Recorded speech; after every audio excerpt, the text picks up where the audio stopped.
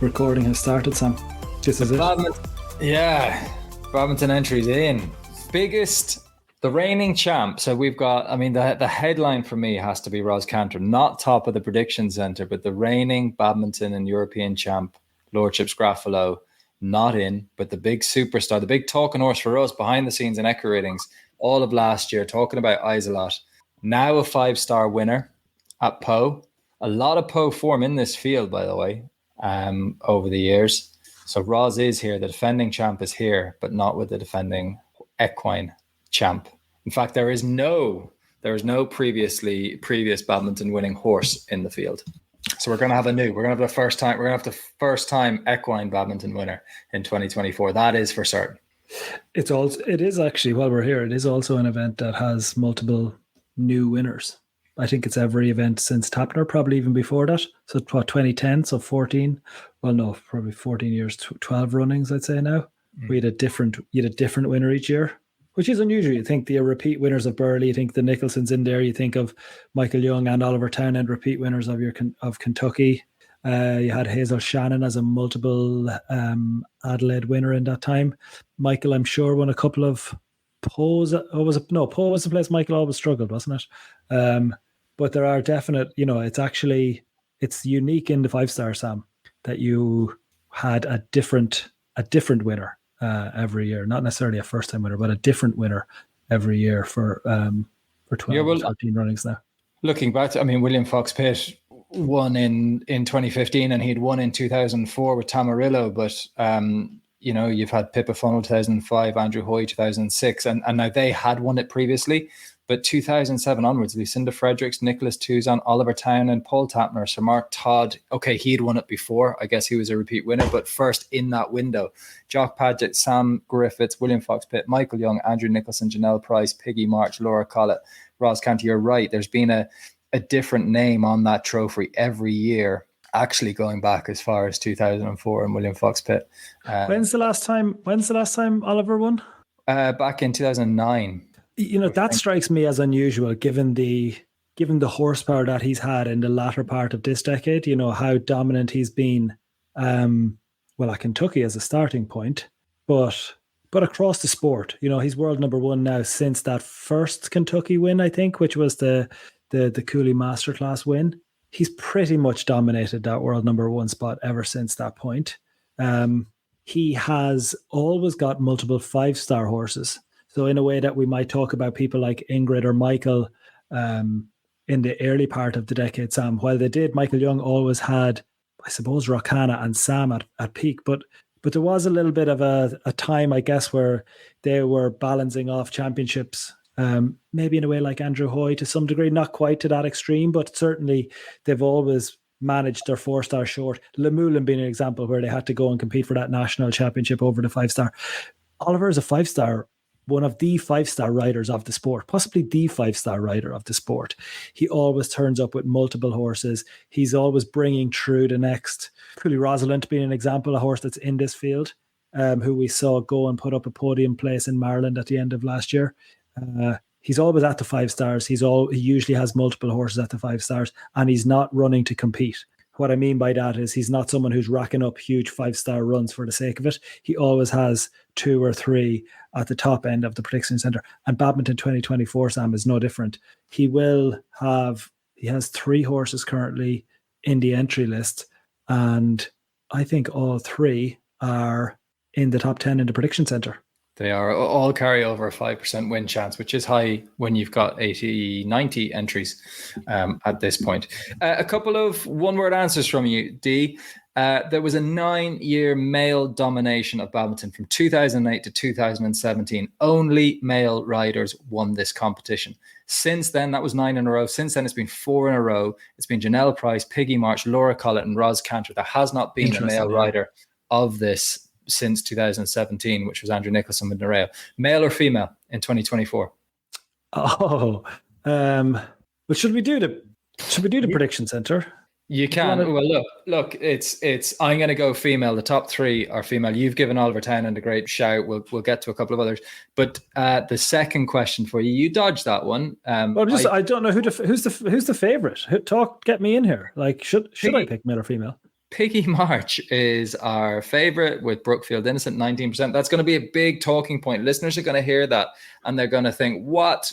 Brookfield Innocent, we've hardly seen this horse. I know, second at Poe behind London 52 in that sort of Olympic, pre-Olympic preparation. The two of them posting, in that involved in that real head-to-head battle. They're two powerhouses.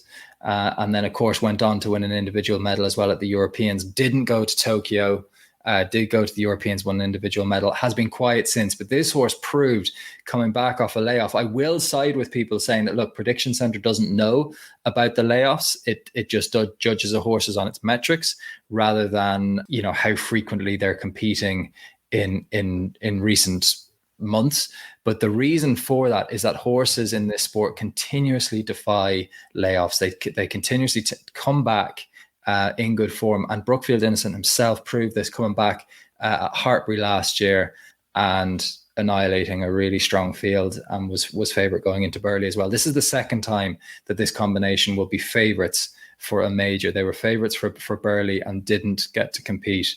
Can they do that? And I think they've done this for with Badminton as well. I think they've been in a Badminton Prediction Centre very high up, and then I'm pretty sure this isn't the first time this has happened.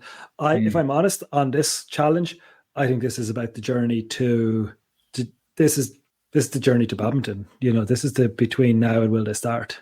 If we're there's no doubt for me, Brookfield Innocent, ever since that first Poe, that their form, the quality of the riders, everything was paired up pretty closely for me with London 52.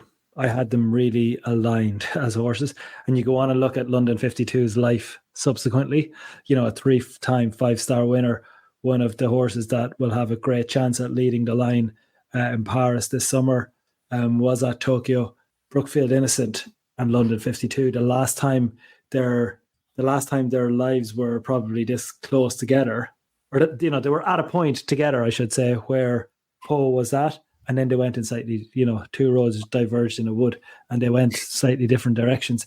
I think you're right on what Prediction Centre is reading. It can't really tell what happens between now and then. I would wonder, Sam, what it also is seeing surely is the fact that it's only got, because I'm looking at Isolot is high up in Prediction Centre as well. They both only have one 5-star performance, but it's a very good one. Very good one. It's not reading any negative form. It's never shown the Prediction Centre anything that it can't do at 5-star, if that makes sense. Yeah, there's no disappointment in there. That there's just reliability, and Prediction Centre loves riders. It's one of our, it's our only metric really that's taking into account riders as well as horses. So Piggy and Ros, but Piggy incredibly clinical at 5-star. Same with Ros Canter, who's second here. With 16% with the reigning Poe winner, Isolot DHI. Now, they are miles clear. It's actually, and going to be another talking point, Gemma Stevens Jalapeno in third on 7%, equal with the Great Ballamore Class and Oliver Townend on 7%. That's a big gap. We talked about Brookfield Innocent, 19% is the favourite. Ros Canter, Isolot, 16%, second favourite. Then the drop down to 7%. So these two horses, way out in front, they're taking up 35% of the win chance here, 1 in 3 chance, according to Prediction Centre, that we see one of these two horses winning. Isolot was held on course when winning Poe, hasn't looked a speed horse.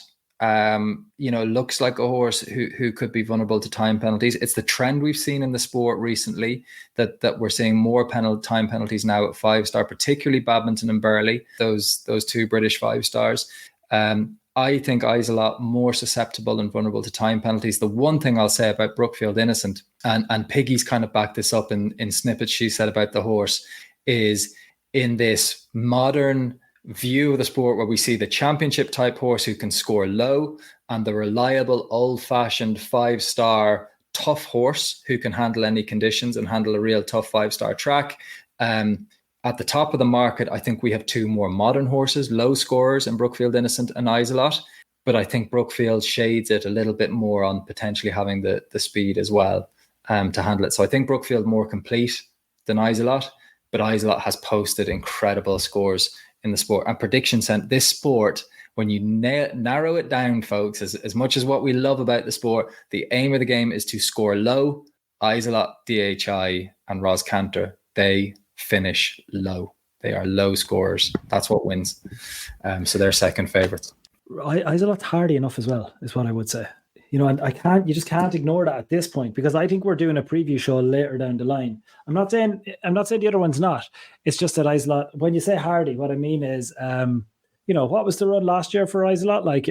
Like probably from, was it Blenheim, Blair? Like 1-3 on the bounce. One Blair. 3 on the bounce, but showed up in decent sized fields, got through them, came out sound, kept going. And I think that's definitely a tick in their box as well. Right. So can I, on my second trend, I told you about the male versus female. We've got 3 female riders, and we'll get to the third of them in a second. The other trend was from 2010 to 2018. We had 8 runnings of badminton, only 1 British winner. That was William Fox Pitt and Chile Morning in 2015. The last 3 winners have all been British. Piggy March, Laura Collett, Ros Canter. It's been a British clean sweep, a home nation clean sweep for the last 3 runnings of badminton. Is it a home winner or an overseas winner? And I mean, according to Prediction Centre, there's just no question. It's staying at home again. It's going to be a GBR win. Who are your overseas challengers, Sam, in terms of where the Tim Price and Vitali, and then you got to go down to Boyd Martin and Setzerlake probably below that. Tim Price and Vitali, the only one in the top 10 in the Prediction Centre at the moment. Top 15 even, and a lot of British female riders in there. But we'll get to 2 of the male ones. Tom Jackson, Capel's Hollow Drift is in there in the top 10 with a 5%. Oliver Townend is there, but I'm going to handle the one I think which potentially a little bit controversial. Maybe that's not fair. Gemma Stevens and Jalapeno, they are third on Prediction Centre at 7%. They're equal, and I think this is where the controversy comes from.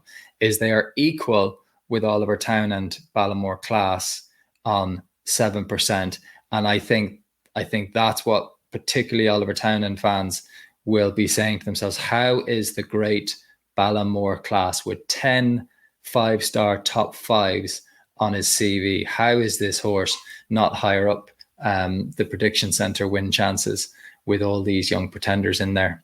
It's a fair question. I think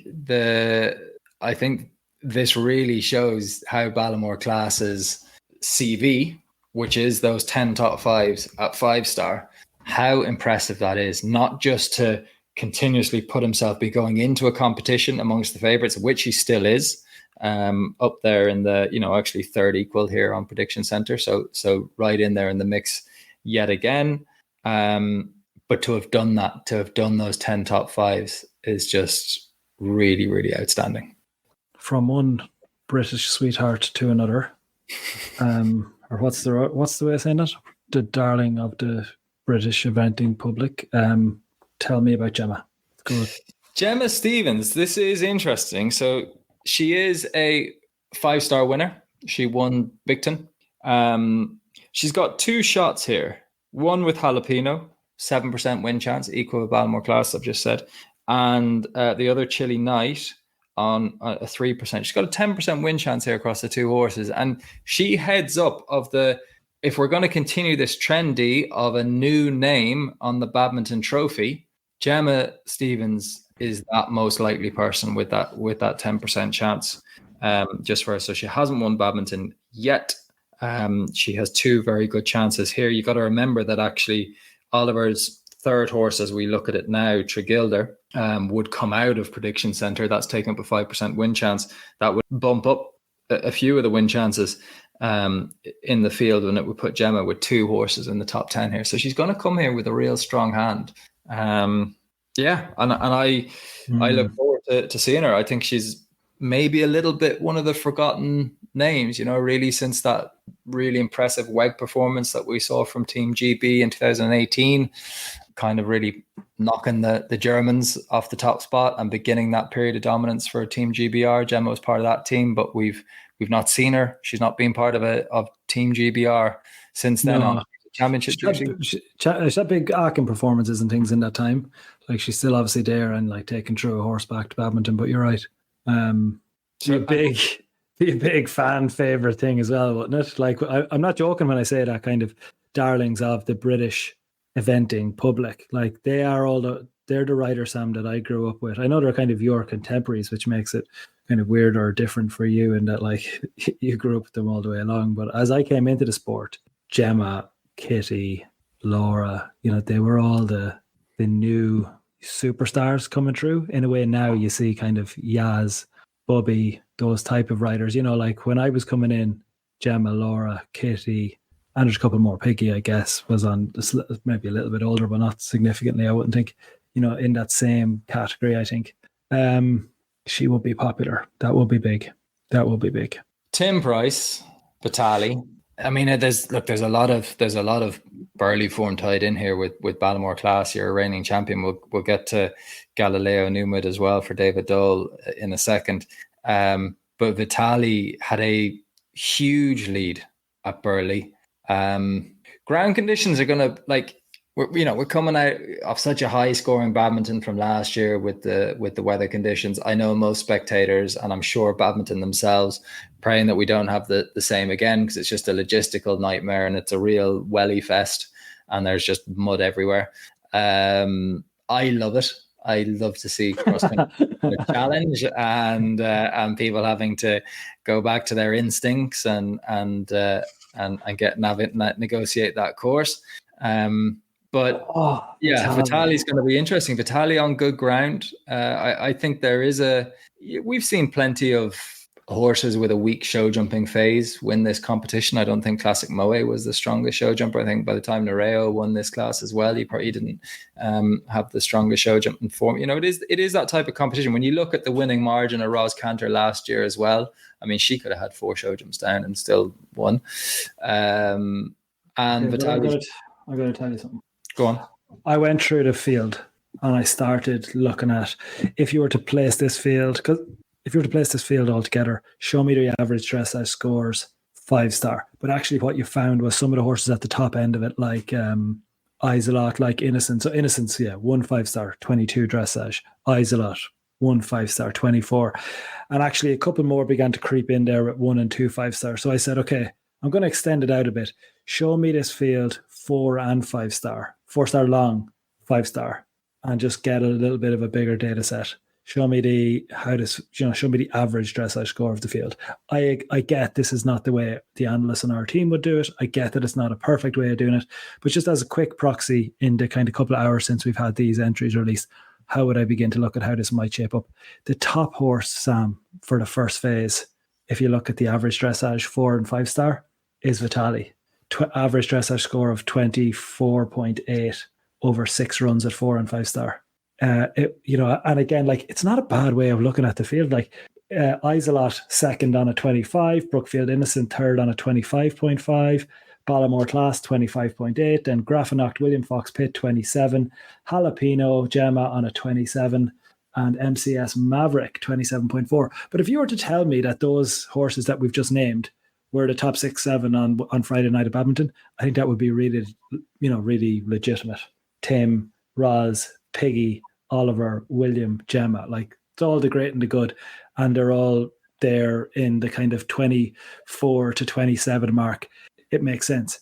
But Vitali, Sam, the gap between the first phase and the final phase, and we have seen horses win, but it is 3 down on average. It is adding 12, and it's so expensive to add 12. If you were to sort the same field in the same group, average finishing score, Vitali goes from 1st to 28th. His average finishing score 4 and 5-star long is 47. His average starting score is 24.8. This isn't new news. This isn't new to anyone here. I remember when we interviewed Tim coming out of Badminton 23, I think he said something like it was a better 3 down. And that wasn't a joke. It wasn't, it was a very considered comment. It was a better 3 down. He's such a student. He understands this. He'll be working on it. He'll be doing his best with it. And also there are just limitations sometimes in the horse, and actually you take it. But that's what Prediction Centre will be reading there, Sam. The gap between the first phase start.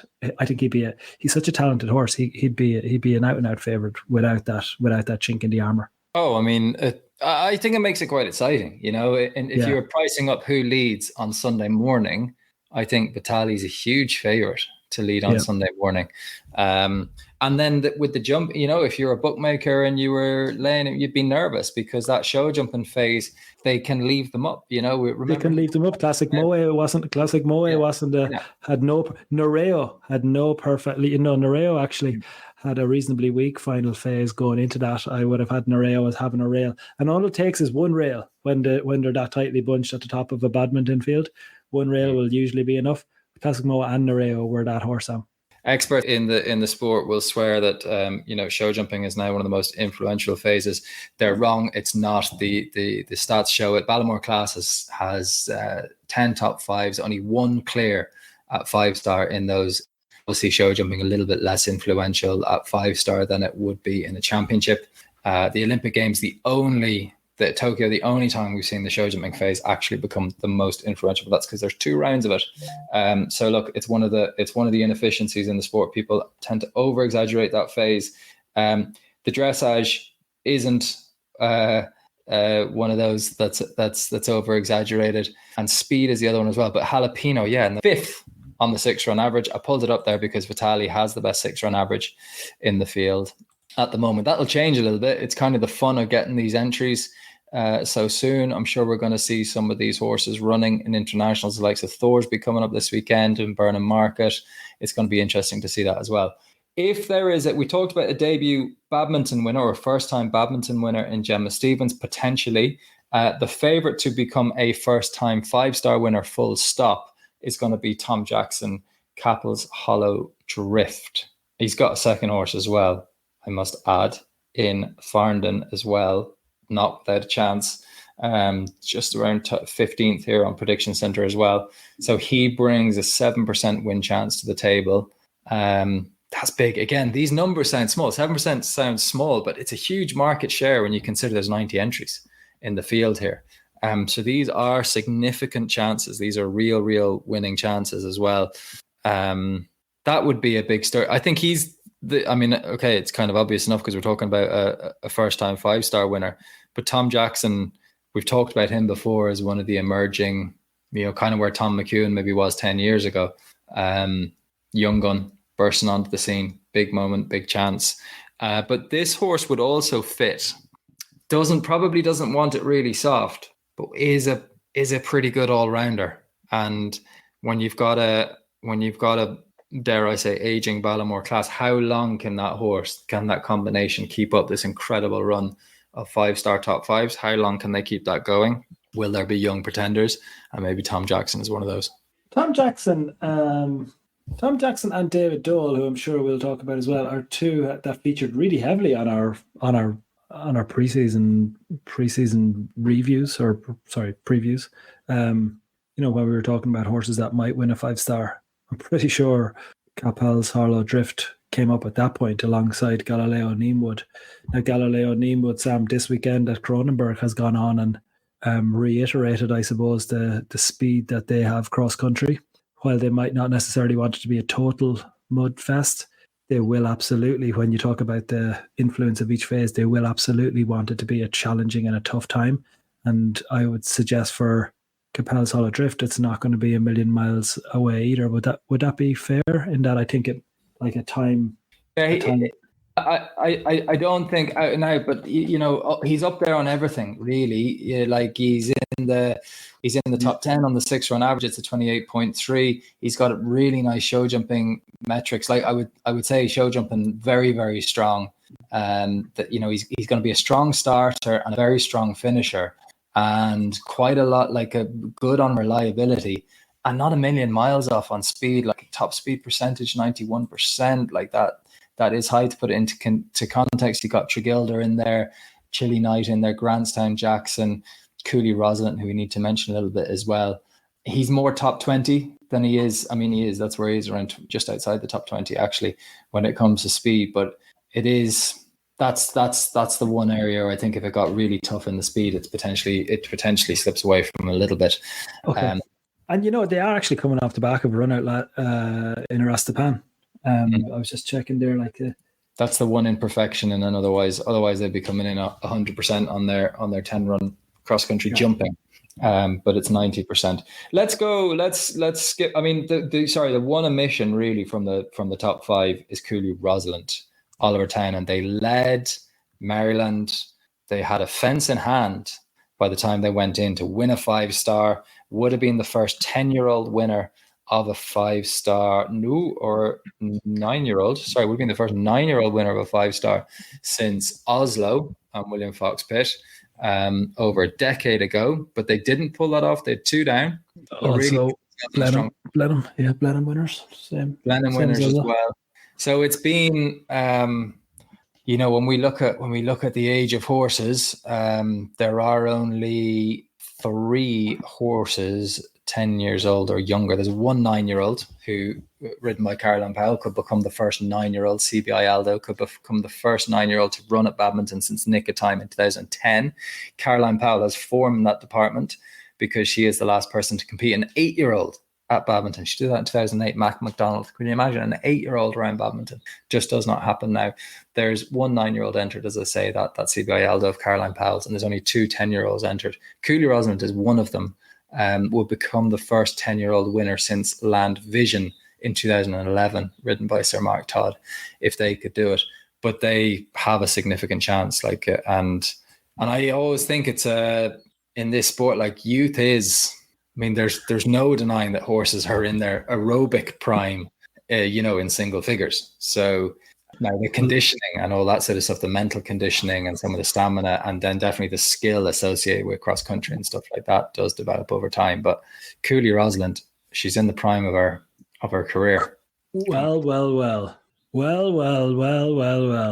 So if I'm not mistaken, I was roundly. I remember it was actually not only you, but you, Spike, Nicole. I remember when I put up Cooley Rosalind, how you told me that there was a work rider at home looking down, frightened that I had put up Cooley Rosalind, because Cooley Rosalind had definitely not made it to Badminton last year.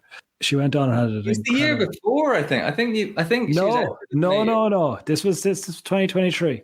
And then lo and behold, we went on out. It's a year late. It's a year. She's one of the 3 youngest horses in the field this year, mate. It was last year when you were putting her up 12 months ago. I'm with you now. In the same year. You were ahead of your time. I had a podium in a 5-star at the end of the year. Sorry, joking aside, we're on the same page here with this horse. It's an incredible. There was a blip at Lamulin, a bad dressage test, 20 penalties and 1 down. It was that, the pole cost them a win in Maryland. That, like, we can't skirt away from that. Like, Maryland, we were there. It was a tough cross-country test. It required plenty, for a young horse like that to do it. Just their placings, for like the recent placings, and all again up at the top end of the sport, 4 and 5 stars. Maryland, Blenheim, Lamulin, Bicton, Blair, Bergen, Bramham. You're looking at tough venues, and it's all podium apart from 6th place at Bicton and the 27, the big blip at Lamulin. Rosalind, I think, has it all. I think is the under the radar one of the Townend horses, because Ballamore Class will and rightly takes all of the plaudits based on that incredible record and that incredible run of 5-star top 5s, and of course the Burley win. But Rosalind for me is the future, and look, it'll depend who goes where, I suppose, in the Townend master plan. That's no doubt happening behind the scenes as they begin to balance off Kentucky, Badminton, and the rest of their summer plans and where each horse is on their journey. But for me, Rosalind is a super pick, and I think is the one that I would have as the hope to end. I think the missing trophy from the recent Townend trophy cabinet. It's a long gap for a rider that has come here over the last 10 years with multiple big win chances. I think Rosalind, I think this is the year. What day are we? 25th of March? Townend wins Badminton. You're already putting it. I think so. That would be the 5th mare in the last 5 winners. Sorry, the 3rd mare in the last 5 winners. Classic Mo and Veneer Khmer, 2 recent mares to have won Paul and Braca as well, looking back to 2014. I agree with you. I think this would be the plunge horse if there was one, ridden by the world number 1, up and coming. I think the Maryland run with the hills and the intensity that Ian Stark put out there really will have really conditioned the horse for the proper the ultimate 5-star test. Let's put it that way. That are the British 5-stars. They just pose that little bit. They're in their own league, really.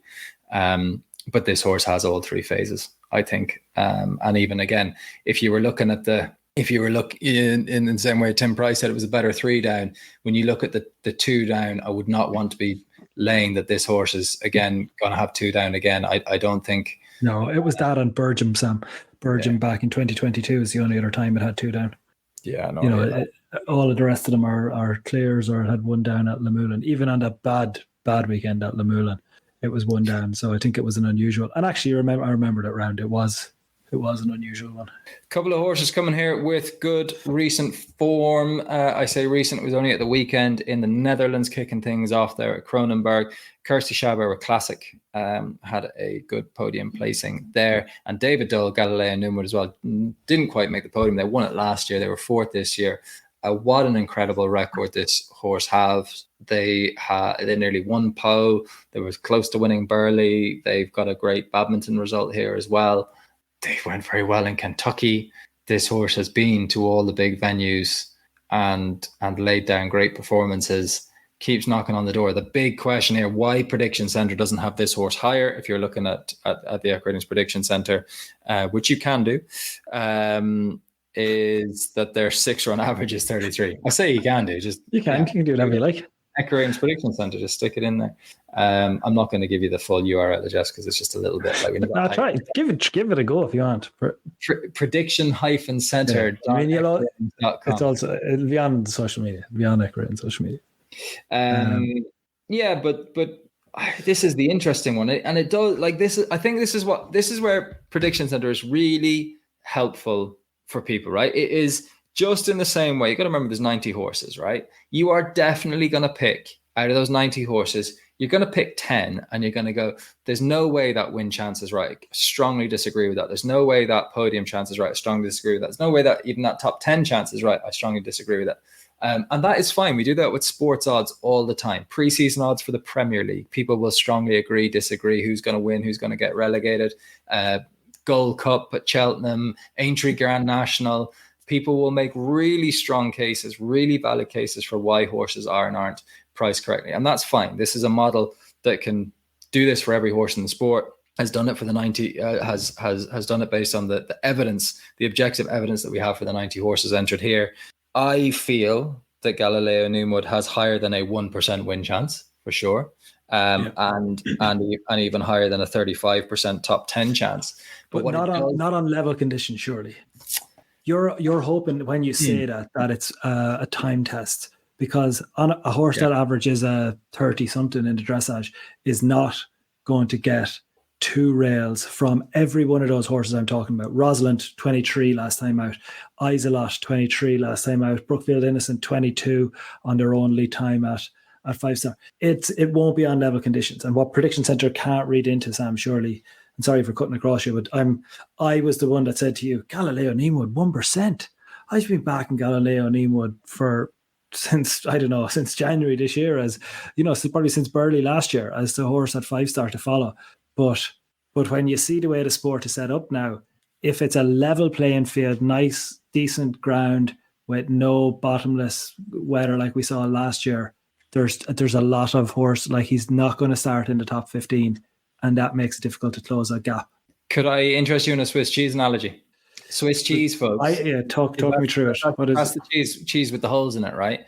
Okay. Now, many of these horses have holes in them, and Galileo, aside from that 6-run average, the starting sort of 33, certainly when you look at it from a jumping point of view, a 2-phase point of view, I think this horse has less holes than any other horse in the field. And therefore makes it a real favorite. And this is why this horse has been so successful at 5-star level as well. But the thing is it is, even though if I was to put this horse up against head-to-head battles against any other horse in this field, and I concede that, yes, I think many of them will start ahead of this horse, but I would really back this horse in a 5-star at Badminton to overtake them. I would do that on a 1-to-1 basis any day of the week, and I'd really fancy my odds and fancy my chances. But the thing is one of them is going to hold on, and that's what Badminton brings. It brings a depth and a wealth talent, the likes of the Innocents, the Iselots, the Jalapenos, the Vitalis, and that's what Galileo is up against. That's what every climber in this sport is up against, is that when you start strong in that first phase and you put yourself at the top of the leaderboard, many of them will drop past. And he'll be waving at them saying, "Toodaloo, see you folks, knew I was going to pass you." One of them will hang on, and that's what he's up against. It's Burley's probably the example, isn't it? Burley is the example. Now, look, it was also won by a tough event horse, but it required a big old climb. It's one too many. Yeah, it's an intriguing field. It's strength, and that field strength is pretty good.